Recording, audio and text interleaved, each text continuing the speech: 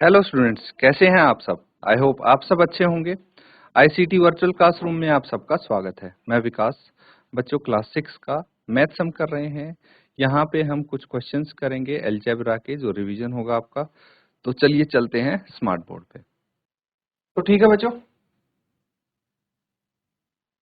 Questions note कीजिए one by one और हम सॉल्व करेंगे, ठीक है। 45 से स्टार्ट करते हैं आज। If x is a negative integer minus x is a positive integer, तो ये आपको बताना है ये ट्रू है या फॉल्स है। अगर x एक नेगेटिव इंटीजर है तो माइनस एक्स पॉजिटिव इंटीजर है, क्या स्टेटमेंट ट्रू है। तो देखिए, बेसिकली हम क्या करते हैं, जो हमारा नेगेटिव इंटीजर होता है वो होता है माइनस के साथ, है ना, माइनस साइन के साथ। फॉर एग्जांपल -2, इसको नेगेटिव इंटीजर बोलते हैं जबकि 2 को पॉजिटिव इंटीजर बोलते हैं। यहाँ पे सीन थोड़ा इन्होंने चेंज कर दिया। इन्होंने बोला अगर मैं इसको पॉजिटिव इंटीजर बोलता हूँ तो नेगेटिव इंटीजर के लिए मैं क्या करूंगा, नेगेटिव इंटीजर के लिए जो पॉजिटिव इंटीजर है उसके सामने एक माइनस का साइन लग जाए, है ना। अगर मैं इसको पॉजिटिव मानता हूं, देखिए फॉर एग्जांपल अगर मेरे पास है 3, ये पॉजिटिव इंटीजर है, तो ये पॉजिटिव इंटीजर है, इसका नेगेटिव इंटीजर क्या होगा, इसके सामने माइनस लगा देंगे, ये हो जाएगा नेगेटिव इंटीजर। Got it. लेकिन अगर मैं इसको पॉजिटिव इंटीजर बोल रहा हूं तो इस पॉजिटिव इंटीजर के सामने ही एक माइनस का साइन आएगा और माइनस माइनस +2, इसको फिर मैं नेगेटिव इंटीजर बोलूंगा, ठीक है। ये चीज समझ में आ गई। सेम चीज x के साथ है, अगर x नेगेटिव इंटीजर है तो इसके सामने एक माइनस का साइन आ जाएगा, तो ये ट्रू हो जाता है स्टेटमेंट, ठीक है। अगला देखिए,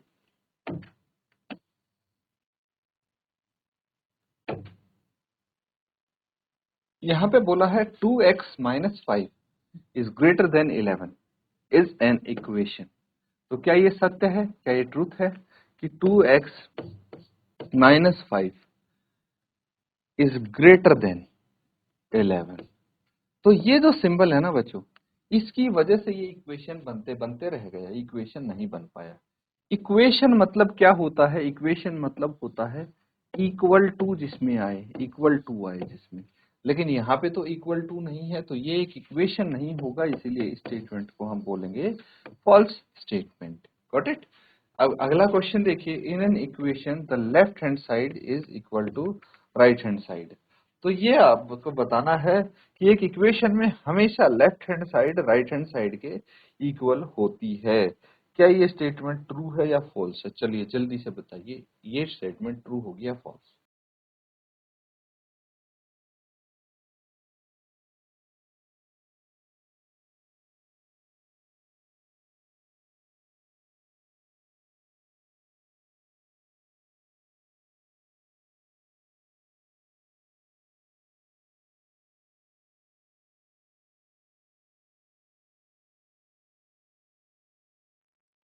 तो ठीक है बच्चों, देखिए यहाँ पे इसके बारे में थोड़ा सोच के देखिए, ठीक है। ये काफी अच्छी स्टेटमेंट दी गई है कि एक इक्वेशन में left hand side right hand side के इक्वल होता है, ठीक है। क्या ये स्टेटमेंट ट्रू है या फॉल्स है, ये आपको बताना है बेसिकली, ठीक है। तो फॉर एग्जांपल यहाँ पे देखिए, मैं इसी इक्वेशन की बात करता हूँ, 2x - 5 = 11, ठीक है। तो क्या ये इक्वेशन सही है, बिल्कुल। देखिए यहाँ पे इसको क्या करना पड़ेगा, इसको इसके इक्वल होना ही पड़ेगा, ठीक है, चाहे कुछ भी हो। तो उसके लिए हमें x की ऐसी वैल्यू चाहिए होती है कि जिससे ये राइट हैंड साइड के इक्वल आ जाए, वही इसका सॉल्यूशन होगा, तभी हम सॉल्यूशन ढूंढते रहते हैं। अगर मैं x की वैल्यू यहाँ पे 8 लिखता हूं तो कितना आ जाएगा, -5। तो ये आ जाएगा 8 × 2 16 - 5, 16 - 5 11। 11 क्या है, राइट हैंड साइड है। तो लेफ्ट हैंड साइड को राइट हैंड साइड के इक्वल होना ही पड़ेगा अगर वो एक इक्वेशन है तो, इसीलिए ये ट्रू होगा, ठीक है। नोट कर लेंगे इसको और इसी के साथ हम चलते हैं अगली स्टेटमेंट पे। इसमें बोला गया है in the equation 7k - 7 is equal to 7 the variable is 7। क्या ये स्टेटमेंट ट्रू है? तो बच्चों वेरिएबल क्या होता है? वेरिएबल होता है जिसकी वैल्यू हम चेंज कर सकते हो, कुछ भी रख सकते हो। क्या 7 की वैल्यू चेंज हो सकती है कभी? 7 की वैल्यू कभी चेंज नहीं हो सकती, क्योंकि 7 हमेशा 7 ही रहेगा। इसको हम कांस्टेंट बोल सकते हैं। क्या बोल सकते हैं? कांस्टेंट बोल सकते हैं, क्योंकि 7 हमेशा कांस्टेंट रहेगा। तो वेरिएबल क्या होना चाहिए इक्वेशन में? जब के होता है, इसको हम वेरिएबल बोल सकते हैं, क्योंकि इसकी वैल्यू हम कुछ भी रख सकते हैं के की जगह, है ना। तो ये वेरिएबल हो गया, इसीलिए ये स्टेटमेंट आपकी फॉल्स हो जाएगी। क्या हो जाएगी? फॉल्स। नोट कर लीजिए। इसी के साथ अगला सवाल देखिए। a is equal to 3 is a solution of equation 2a minus 1 equal to 5। उसके लिए हमें चेक करना पड़ेगा, अगर ये सॉल्यूशन, इसकी वैल्यू a की वैल्यू इसमें लेफ्ट हैंड साइड में पुट करके राइट हैंड साइड के इक्वल आ जाती है, तब तो ये सॉल्यूशन होगा, अदरवाइज नहीं होगा। ठीक है, तो 2 इंटू ए की जगह आप रखेंगे 3 माइनस 1, कितना हो गया? 3 into 2 6 minus 1 is equal to 5। Right hand side क्या है? 5 है ऑलरेडी। तो लेफ्ट हैंड साइड और राइट हैंड साइड इक्वल है, तो ये एक सॉल्यूशन है, इसीलिए इसको हम ट्रू स्टेटमेंट कह सकते हैं। नोट कर लीजिए। चलिए अगला सवाल देखिए।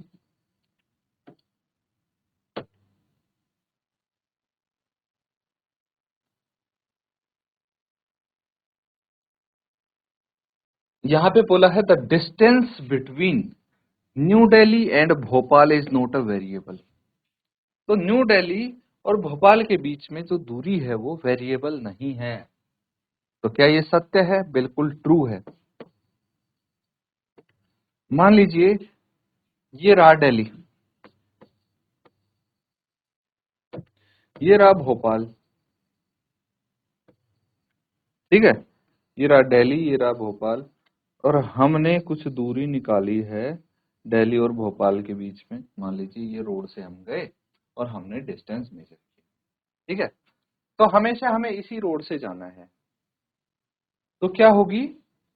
दिल्ली और भोपाल के बीच में दूरी हमेशा कांस्टेंट रहेगी, डिस्टेंस कांस्टेंट रहेगा, है ना।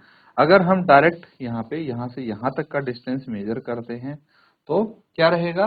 कांस्टेंट रहेगा, ये चेंज थोड़ी होगा। ऐसा थोड़ी है कि कुछ टाइम बाद दिल्ली भोपाल की तरफ खिसक गया या भोपाल दिल्ली की तरफ खिसक गया, दूर चले गए। तो जहां पे है ये प्लेस है, लोकेशन है, ये तो हमेशा वहीं रहेंगे ना।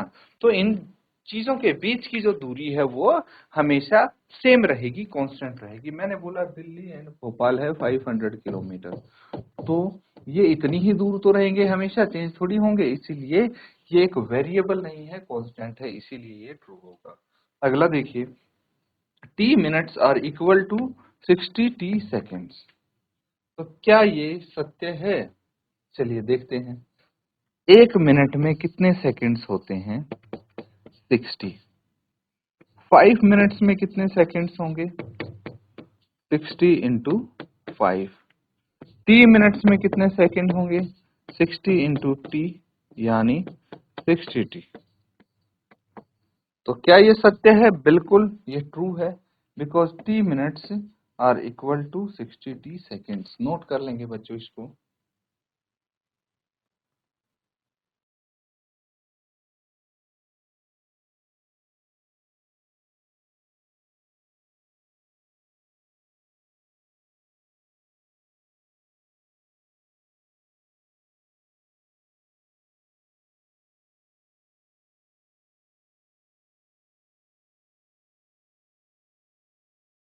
ठीक है स्टूडेंट्स, नोट कर लिया है सबने। चलिए आगे देखते हैं। x equals to 5 is the solution of equation 3x plus 2 equals to 20। क्या ये सही है या गलत है? तो उसके लिए हमें इसको पुट करके देखना पड़ेगा, है ना। लेफ्ट हैंड साइड है 3x प्लस 2, यानी 3 इंटू एक्स की वैल्यू कितनी? 5 है, प्लस 2, ये राइट हैंड साइड के इक्वल आना चाहिए, 5 से 15 प्लस 2 इक्वल्स टू 17, है ना। राइट हैंड साइड कितना है, 20 है, because left hand side equal नहीं है राइट हैंड साइड के, तो ये सॉल्यूशन नहीं है, this is not a solution. तो ये स्टेटमेंट तो फॉल्स हो जाएगी, हो गई फॉल्स, बिल्कुल। इसी के साथ नेक्स्ट है 1/3 of a number added to itself gives 8 can be expressed as x by 3 plus 8 equals to x। तो क्या ये सही है, चलिए देखते हैं। जो यहाँ पे बोला गया है उसको हम एक्सप्रेस करके देखते हैं, और क्या इस इक्वेशन से मैच करेगा या नहीं करेगा ये हमें चेक करना। पहले मैं इक्वेशन बता दूं, ये क्या लिखी है, x by 3 plus 8 equals to x, ये लिखी है ये इक्वेशन, ठीक है। चलिए हम देखते हैं क्या आता है।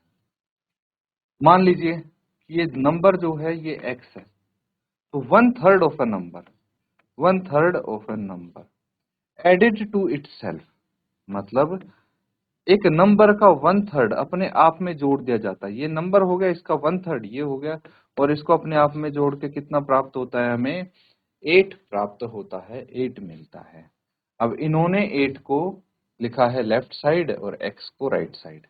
चलिए अगर हम इसको इस प्रकार से भी मेंशन करने की कोशिश करते हैं, x by 3, 8 को लेफ्ट साइड लेके आएंगे -8 इक्वल्स टू -x, तो ये भी साइन अलग हो गई इनके, है ना। चलिए मैं x को पॉजिटिव करने की कोशिश करता हूं, तो यहाँ पे -x/3 plus 8 equals to x। तो यहाँ भी देखिए साइन डिफरेंट हो गए, यहाँ भी डिफरेंट हो गए साइन, और ये इक्वेशन आई थी हमारी। तो इससे ये इक्वेशन बिल्कुल अलग है जो हमारे पास आई है, इसीलिए इसको हम ट्रू नहीं बोल सकते, दिस इज फॉल्स, ये इक्वेशन फॉल्स है, ठीक है। नोट कर लेंगे इसको।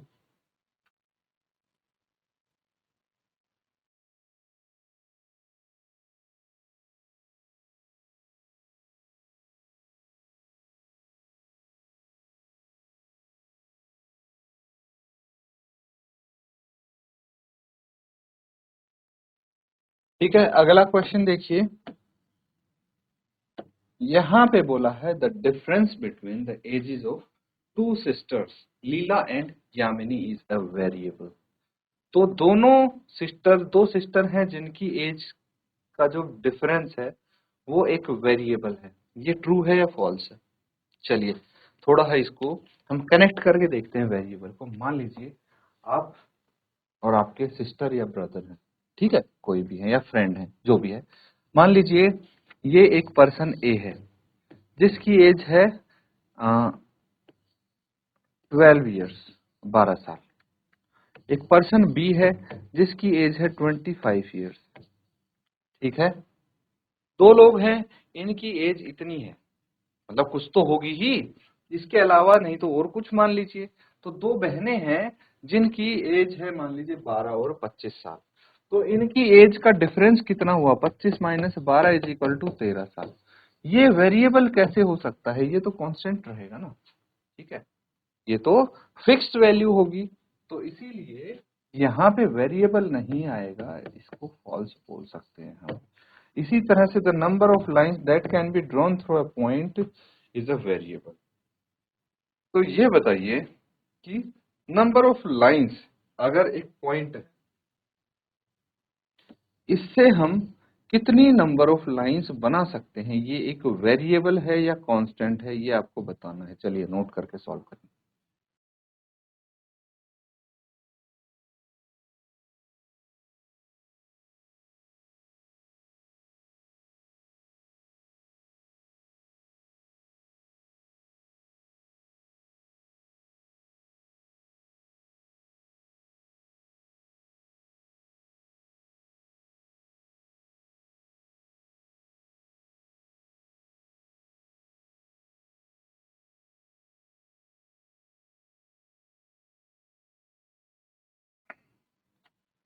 तो ठीक है बच्चों, अब ये क्वेश्चन थोड़ा सा यहाँ पे क्या है, कॉन्ट्राडिक्टरी क्वेश्चन हो सकता है, क्योंकि अगर हम बात करते हैं एक पॉइंट की, ठीक है, ये रहा एक पॉइंट, इससे हम कितनी लाइंस ड्रॉ कर सकते हैं? तो आंसर आएगा इनफाइनाइट, अनगिनत लाइंस ड्रॉ कर सकते हैं, ठीक है। तो एक तरह से अगर देखा जाए तो बेशक से इनफाइनाइट हो, लेकिन मतलब हम ड्रॉ कर सकते हैं, हमें पता है कि इनफाइनाइट लाइन ड्रॉ कर सकते हैं, है ना। तो इसको हम बोल सकते हैं कि ये एक वेरिएबल नहीं कांस्टेंट होगा, तो इसको हम फॉल्स कह सकते हैं। इसी के साथ अगले क्वेश्चन देखिए, नेक्स्ट क्वेश्चन पे चलते हैं। 56 से 74, choose a letter X Y Z P etcetera wherever necessary for the unknown variable and write the corresponding expression। तो बेसिकली आपको क्या करना है, कोई भी जो अल्फाबेट या फिर लेटर बोल सकते हैं वो चूज करना है जो आपको नेसेसरी लगे एक अननोन वैल्यू या फिर वेरिएबल के लिए। उसको आप कोई भी लेटर चूज कर सकते हैं उसके लिए, जिसको हम वेरिएबल बोलते हैं, और फिर उसके बाद जो कॉरस्पॉन्डिंग एक्सप्रेशन है वो आपको लिखनी है। कॉरस्पॉन्डिंग एक्सप्रेशन मतलब यहाँ पे जो दी होगी, ठीक है। तो जैसे यहाँ पे बोला गया है 1 more than twice the number, क्या होगा? तो उसके लिए सबसे पहले जो नंबर है उसको हमें एक वेरिएबल मानना पड़ेगा, हमें नहीं पता ना क्या है। तो x मान लीजिए, y z a b c कुछ ही मान सकते हैं, जरूरी नहीं है कि आपको x ही मानना है, शुरू में बता भी दिया गया था। तो 1 more than twice the number, ठीक है। तो आपको यहाँ पे एक एक्सप्रेशन बनानी है। अब नंबर का ट्वाइस कितना हो जाएगा? ट्वाइस द नंबर यानी 2x। नंबर आपका x है तो इसका ट्वाइस यानी 2 गुना 2x, और उसमें एक ज्यादा बोला है, 1 मोर देन बोला है, तो इसमें हम एक जोड़ भी देंगे, तो ये आ जाएगा 2x प्लस 1, ठीक है, समझ में आया। इसी तरह से 20 degree Celsius less than present temperature, तो उसके लिए let the present temperature x degree, ठीक है। तो एक्सप्रेशन क्या हो जाएगा? 20 डिग्री सेल्सियस लेस देन, है ना, 20 degree Celsius less than the present temperature, ये एक्सप्रेशन आ जाएगी। नोट कर लेंगे।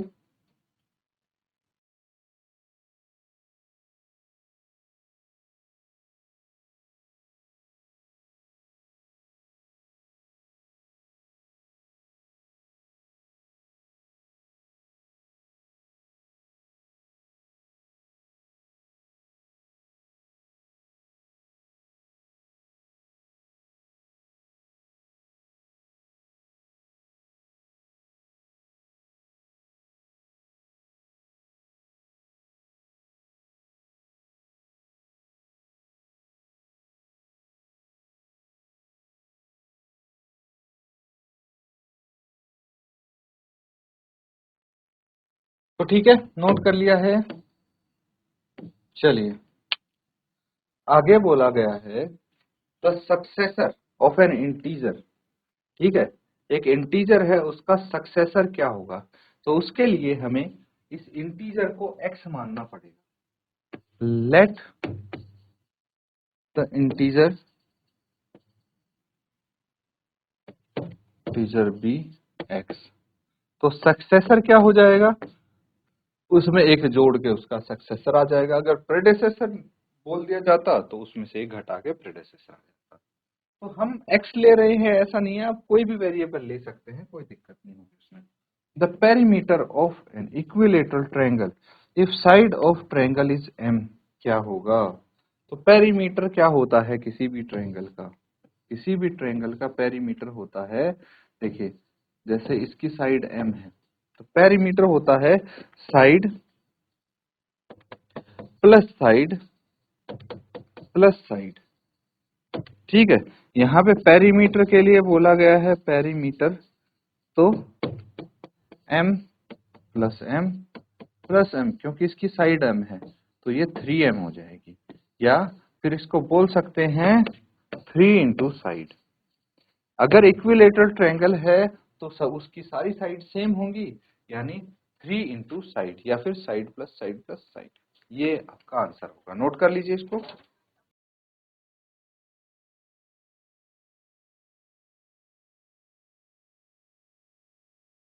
तो बच्चों यहाँ पे कुछ क्वेश्चंस हमने किए हैं, उम्मीद करता हूँ अच्छे से आप उनको नोट डाउन कर रहे हैं, समझ रहे हैं, रिवाइज जरूर करें इनको घर पे। इसी के साथ आज का सेशन एंड करते हैं। Thank you and have a nice day.